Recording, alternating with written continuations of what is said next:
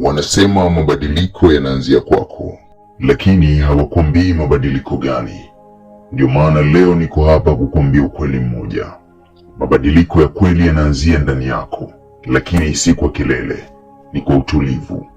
Watu wengi wanataka kubadilisha dunia, wanataka kubadilisha watu, lakini hawajawahi kujibadilisha wao wenyewe. Uliowaweka moyoni kama maadui, unaendelea kuwaombea mabaya, lakini ukweli ni huu: hatima yao haitokani na wewe, inatokana na wao wenyewe.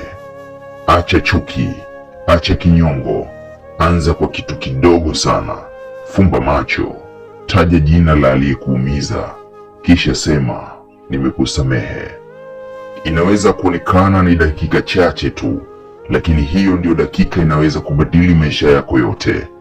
Watu hawataacha kukukosea, hawataacha kukusaliti, lakini ukichunguza sana utagundua wengi wao hawatendi kwa uhalisia wao.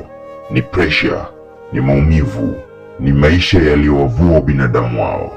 Ukishikilia chuki, unajizuia wewe mwenyewe kupona. Chuki ni kama moto, hauwashi wengine, unakuteketeza wewe kwanza.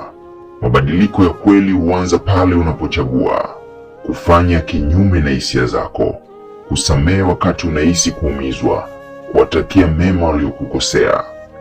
Nelson Mandela aliweza kubadilisha historia, si kwa chuki, bali kwa msamaha. Anza kila asubuhi: leo namsamehe kila aliyewahi kunikosea, hata kama ni kwa kulazimisha mwanzoni. Uendelea tu.